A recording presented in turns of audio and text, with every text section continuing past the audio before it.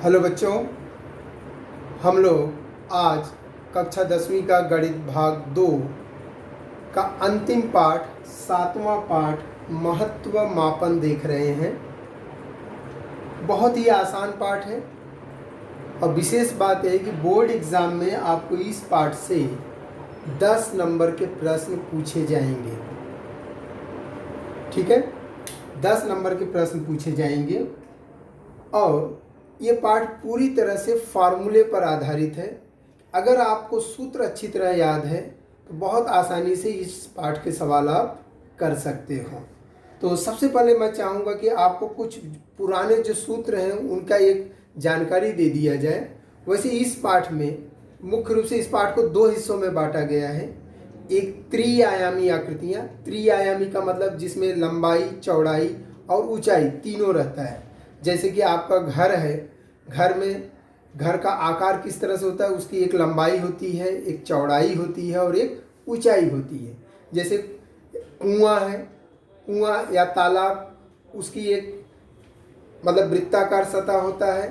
अगर तालाब है तो चौकोन, आयताकार या वर्गाकार सतह होता है, प्लस उसकी गहराई होती है। या ग्लास को ले लो, ग्लास की गहराई होती है। तो ऐसी आकृतियों को हम त्रिआयामी आकृतियां बोलते हैं। एक इसके बारे में एक अंतर और है कि जैसे एक गेंद है और एक सिक्का है। सिक्के को जनरली हम बोलते हैं गोल है, पर वो गलत वर्ड है। ज्योमेट्री में उसको बोला जाता है सिक्का वृत्ताकार है। जैसे यहाँ पर मैं एक आकृति यहाँ पे आपको बता सकता हूँ। ये जो आकृति है ये वृत्ताकार है, जबकि ये गेंद है इसको हम बोलते हैं गोलाकार। गेंद के लिए शब्दावली है गोलाकार और इसके लिए शब्दावली है वृत्ताकार। तो इसमें ये जो आकृति है इसको द्विआयामी आकृति बोलते हैं और इसको हम बोलते हैं त्रिआयामी आकृति। मतलब इनका आकार समझने के लिए 3 डायमेंशन पर विचार करना होता है, लंबाई, चौड़ाई, ऊंचाई, या लंबाई, चौड़ाई, गहराई। ओके, तो यहाँ पर ये पाठ को 2 हिस्सों में बांटा गया है। एक त्रिआयामी आकृतियों से संबंधित सवाल होगा और एक द्विआयामी आकृति खास करके वृत्त से संबंधित सवाल होगा। तो सबसे पहले हम लोग त्रिआयामी आकृतियों पर विचार करते हैं, जिसमें पहला है घनाभ। आपने नाम सुना होगा। घनाभ को ही बोला जाता है आयताकार लंब बेलन।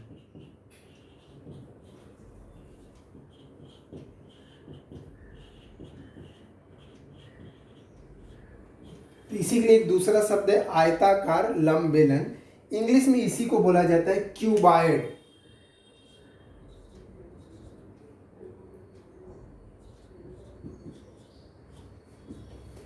यहां पर हमको यह समझना है कि ये घनाभ क्या है। ये आकृति आपको 7वीं 8वीं में भी था, 9वीं में भी था। आज हमें इसके बारे में विचार करना है फिर से कि घनाभ दिखता कैसे है। जनरली अगर आपने ध्यान दिया होगा, इस प्रकार की आकृति को हम घनाभ बोलते हैं। आपका जो घर है, घर के अंदर जो रूम होते हैं उसका भी आकार ऐसे ही होता है। जनरली बहुत सारे प्रकार के जो डिब्बे होते हैं उनका आकार इस तरह से होता है। जैसे ये आकृति घनाभ की आकृति है और इस आकृति के बारे में अगर आप विचार करोगे, इसका एक सतह है, ये जो सतह है आयताकार है, ये सतह भी आयताकार है और ये सतह भी आयताकार है। और कुल मिला के इसमें है कितने सतह? नीचे की सतह जिसको हम आधार बोलते हैं, ठीक वैसी ऊपर का सतह, ये सामने का सतह, इसके पीछे का सतह, ये बगल का सतह और ये बगल का सतह। मतलब कुल मिलाकर यहाँ पर 6 सतह हैं, नीचे ऊपर 2 और ये चारों साइड से 4, टोटल 6 सतह है और सभी सतह आयताकार है। तो इसको हम बोलते हैं घनाभ। तो इसकी सबसे बड़ी पहचान आपको ध्यान में रखना है कि कुल 6 सतह होते हैं। सतह को पृष्ठभाग बोला जाता है। सरल भाषा में हम लोग सतह बोलते हैं।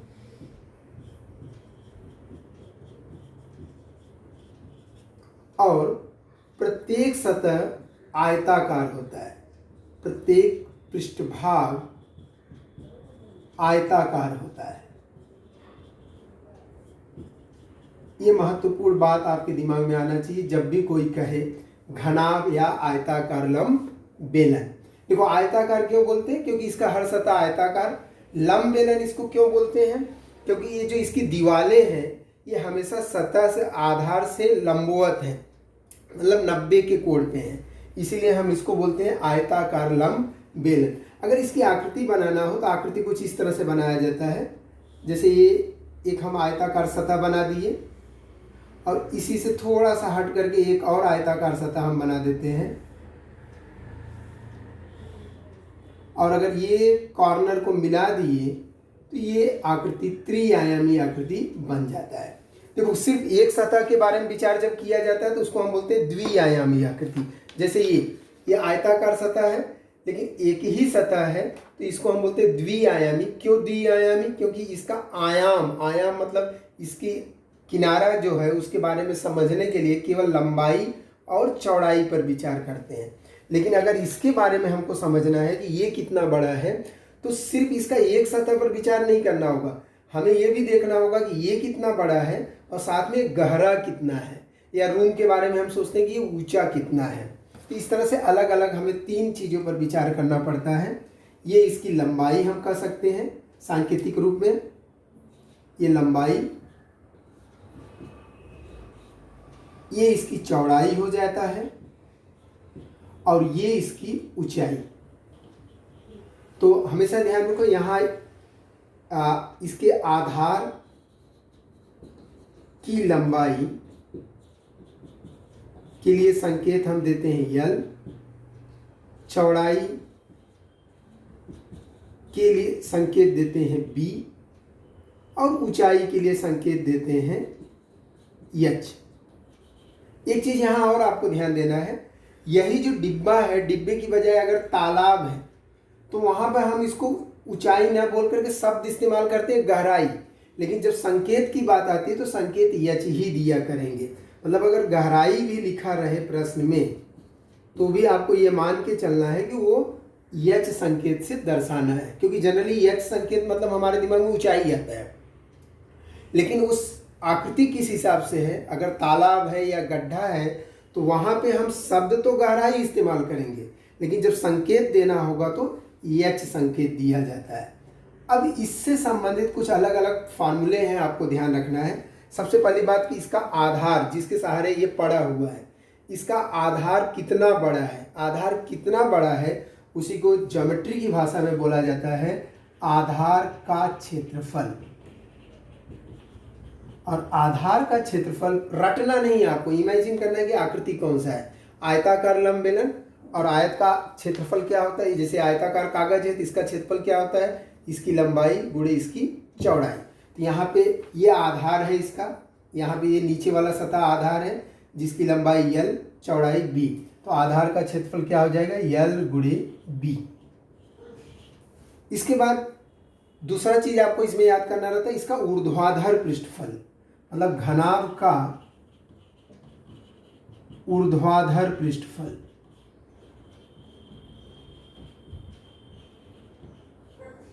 याद रखो हम यहाँ हर सतह को पृष्ठभाग बोल रहे हैं, इसलिए वो कितना बड़ा है उसका क्षेत्रफल क्या है उसके लिए शब्द इस्तेमाल किया जाता है पृष्ठफल। और यहाँ आपको ये ध्यान देना है, जैसे आपका घर का कमरा है, एक रूम है, उसमें ऊर्ध्वाधर भाग मतलब क्या, उठा हुआ भाग, खड़ा भाग, मतलब वो जो 4 दीवारें हैं उसको हम बोलते हैं ऊर्ध्वाधर भाग, और उसका पृष्ठफल निकालना है तो आपको ये सोचना होगा कि जैसे ये बॉक्स है, इसके ये जो 4 सतह हैं ये ऊर्ध्वाधर भाग हो गए, तो इसका क्षेत्रफल धन इसके पीछे वाले का क्षेत्रफल, तभी इसका क्षेत्रफल मतलब ये लंबाई गुणे ये चौड़ाई, क्योंकि आयताकार सतह है लंबाई गुणे चौड़ाई। पर याद रखना लंबाई के लिए हम संकेत यहाँ क्या दे रहे हैं, यल, लेकिन यहाँ पे चौड़ाई जो ये है इस डायग्राम के हिसाब से वो क्या है, एच, तो इसका मतलब वो यल एच है, यल गुणे एच। और ऐसे ही 2 सतह है तो 2LH। फिर उसके बाद ये सतह कितना बड़ा है ये हम सोचते हैं, तो फिर से ये आयताकार सतह है। अब आयताकार सतह का क्षेत्रफल लंबाई गुणे चौड़ाई, लेकिन यहाँ लंबाई के लिए हम संकेत यल नहीं दे रहे हैं, बल्कि इसको संकेत हमने क्या दिया है, बी। हम इस सतह की बात कर रहे हैं कि ये सतह कितना बड़ा है, तो इसके संकेत बी और इसको संकेत एच, मतलब BH। लेकिन ऐसे 2 सतह है तो दोनों को जोड़ देंगे। और इसी चीज़ को और सरलतम रूप में क्या लिखा जा सकता है, दो दोनों में कॉमन है, एच भी दोनों में कॉमन है, तो दो कोष्टक में यल प्लस बी गुणे एच। देखो एच जानबूझ के मैं इस तरफ लिखा हूँ, चाहूँ तो इस तरफ भी लिख सकता हूँ, लेकिन इसका विशेष उद्देश्य ये है कि ये दो कोष्टक में यल प्लस बी का एक मीनिंग और निकल के आता है। अगर आपको याद होगा, अगर पूछा जाए कि इस आयताकार सतह की परिमिति क्या होगी, तो परिमिति क्या होता है, ये धन ये धन ये धन ये, लेकिन ये आयताकार सतह है तो इसके लिए हम क्या बोलेंगे, दो कोष्टक में यल प्लस बी। ये जो दो कोष्टक में यल प्लस बी है यही हो जाता है आधार की परिमिति।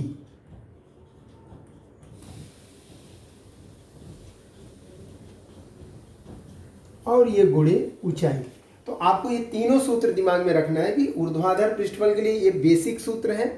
इसी सूत्र को सरलतम रूप में ऐसे लिखा जा सकता है और इसी का मीनिंग ऐसा भी लिखा जा सकता है।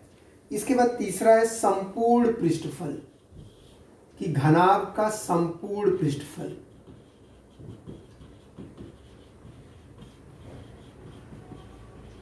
संपूर्ण पृष्ठफल का मतलब क्या होता है कि इसके अंदर कुल जितने सतह हैं सबको मिला के, मतलब ये धन पीछे का, धन साइड का, धन साइड का, धन नीचे का, मतलब जो 6 सतह हैं सबको मिला के पृष्ठफल। अब सबको मिला के मतलब ये फिर से रटना नहीं है, आराम से सोचते हैं। जैसे आधार जितना बड़ा है उतना ही बड़ा ऊपर का है।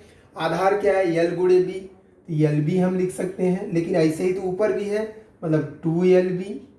और जैसे कि मैंने बताया साइड का, सामने का सतह क्या है, LH, पीछे भी LH, मतलब 2LH। और ये साइड का सतह जैसे मैंने बताया BH, लेकिन इसके इस साइड में भी उतना ही है, मतलब 2BH।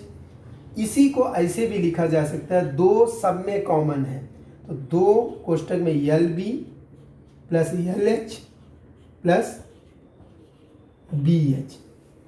अब आपको ये याद रखना है, ये जो तीन घटक है, तीन पद है, इनको आगे पीछे लिखा जा सकता है।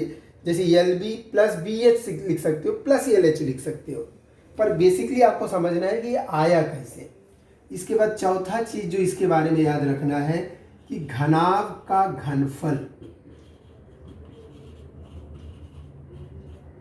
देखो घनफल मतलब क्या, जरा इन दोनों में फर्क समझो, क्षेत्रफल का हो या पृष्ठफल का हो मतलब एक ही है, लेकिन घनफल मतलब क्या है। जैसे ये डिब्बा है, अगर हमको इस सतह को कलर करना है या कागज चिपकाना है, तब हम केवल क्या विचार करते हैं, ये सतह कितना बड़ा है, उसको हम बोलते हैं पृष्ठफल। लेकिन अगर इसके अंदर मुझे सामान भरना है तो उसके लिए दो बातों पर विचार करना होगा। एक तो ये आधार कितना बड़ा है और ऊंचाई कितना है, क्योंकि आधार जितना ज़्यादा बड़ा रहेगा उतना ज़्यादा सामान भर सकते हो, लेकिन साथ ही साथ ऊंचा कितना है उस पर भी निर्भर करता है कि आप कितना सामान भर सकते हो इसके अंदर।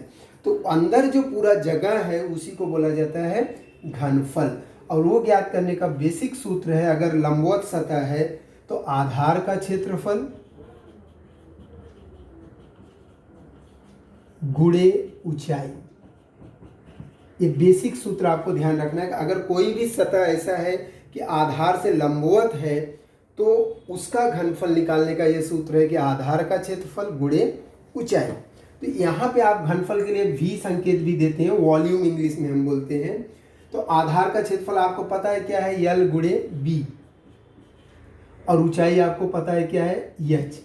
ये सूत्र बनता है कि घनाभ का घनफल बराबर होता है लंबाई गुणे चौड़ाई गुणे ऊंचाई। तो इस तरह से आपको ये 4 सूत्र तैयार हो जाते हैं कि आयताकार लंब बेलन या घनाभ के आधार का क्षेत्रफल, ऊर्ध्वाधर पृष्ठफल, संपूर्ण पृष्ठफल और घनफल कैसे ज्ञात करते हैं। इसके बाद दूसरी त्रिआयामी आकृति जो समझना है वो है समघन। इसको इंग्लिश में हम लोग क्यूब बोलते हैं। सब कुछ इसके बारे में वैसा ही है लगभग जैसा आपने घनाभ के बारे में देखा। सबसे पहले मैं आपको एक आकृति दिखाना चाहूँगा। यहाँ मुझे बहुत छोटी आकृति मिली है, ये आप सबको ये ध्यान में होगा, लूडो का गोटी। लूडो की ये जो गोटी है इसका जो आकार है इसको हम बोलते हैं समघन। वैसे फैन वगैरह जब कभी खरीदेंगे तो उसका जो बॉक्स आता है सीलिंग फैन का, उसका भी आकार लगभग ऐसे ही होता है इसकी खासियत क्या होती है कि सेम वैसा ही आकृति है जैसा आयताकार लंब बेलन का है। फर्क इतना है, मतलब कुल 6 पृष्ठभाग होते हैं। फर्क ये है कि उसमें प्रत्येक पृष्ठभाग आयताकार था, लेकिन इसमें प्रत्येक पृष्ठभाग कैसा है, वर्गाकार है। अगर ये आकृति बनाना है तो इस तरह से हम बनाते हैं। एक हम वर्गाकार आकृति बनाते हैं, वर्गाकार सतह, और इसी से हट करके एक और वर्गाकार सतह हम बना लेते हैं, और इसके कॉर्नर को अगर हम मिला दिए इस तरह से यहाँ पे एक त्रिआयामी आकृति हमें प्राप्त होता है। ये जो आकृति है इसको हम बोलते हैं समघन। इसकी खासियत क्या है, इसका प्रत्येक सतह समान होता है, वर्गाकार और समान होगा। मतलब क्या, जो इसकी लंबाई होगी, अगर इसको हम यल मान लें तो जो इसकी लंबाई होगी वही इसकी चौड़ाई होगी और वही इसकी ऊंचाई होगी। तो जनरली ऊंचाई के लिए हम एच संकेत देते हैं, लेकिन चूंकि सब समान है इसलिए सबको संकेत क्या दिया गया है, एल। मतलब कि समघन के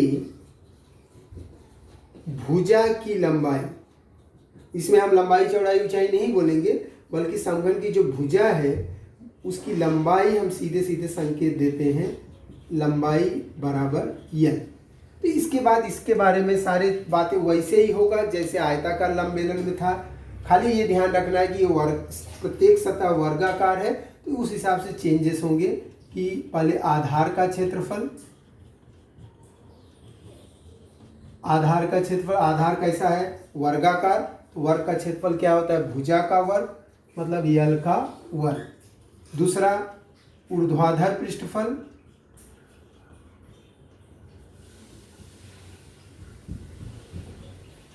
अब ऊर्ध्वाधर पृष्ठफल मतलब अब बहुत आसान है, कुल मिला के इसमें कितनी ऊर्ध्वाधर सतह है, 4, और हर सतह समान है। मतलब एक सतह अगर यल स्क्वायर है तो 4 सतह मिलकर के क्या हो जाएंगे, 4l स्क्वायर। इसके बाद है इसका मतलब समघन का संपूर्ण पृष्ठफल,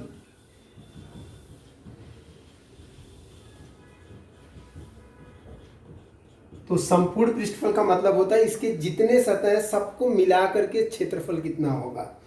तो कुल 6 सतह है और एक सतह यल स्क्वायर है, तो 6 सतह मिलके कितना हो जाएंगे, 6l स्क्वायर। और लास्ट है समघन का घनफल। समघन का घनफल जैसे कि मैंने पिछले सवाल उदाहरण में दिया, आधार का क्षेत्रफल गुणे ऊंचाई, और आधार का क्षेत्रफल क्या है, यल स्क्वायर, गुणे ऊंचाई यल, मतलब सीधा क्या हो जाएगा, यल का घन। इसमें एक बात और ध्यान में रखना है कि आधार की परिमिति,